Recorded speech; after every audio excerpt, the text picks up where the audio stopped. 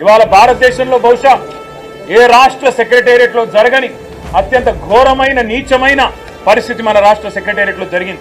20% commission ఇయ్యందే ఇక్కడ బిల్లులు వస్తలేవని చెప్పి కాంట్రాక్టర్లు ఆర్థిక శాఖ మంత్రి ఉప ముఖ్యమంత్రి గారి ఛాంబర్ ముంగట ధర్నా చేసే పరిస్థితి రాష్ట్రంలో బహుశా ఎన్నడూ కూడా గతంలో లేదు, మరి భారతదేశంలో కూడా బహుశా ఎక్కడా లేదని నేను అనుకుంటా ఉన్నా. ఇవాళ 20% కమిషన్ తప్ప విజన్ లేని ప్రభుత్వం ఇది. ఈ విజన్ ఉంది, ఆ విజన్ ఉంది, ఏఐ డేటా సైన్సెస్ అని పెద్ద పెద్ద మాటలు. విజన్ లేదు, మన్ను లేదు, కమిషన్ తప్ప.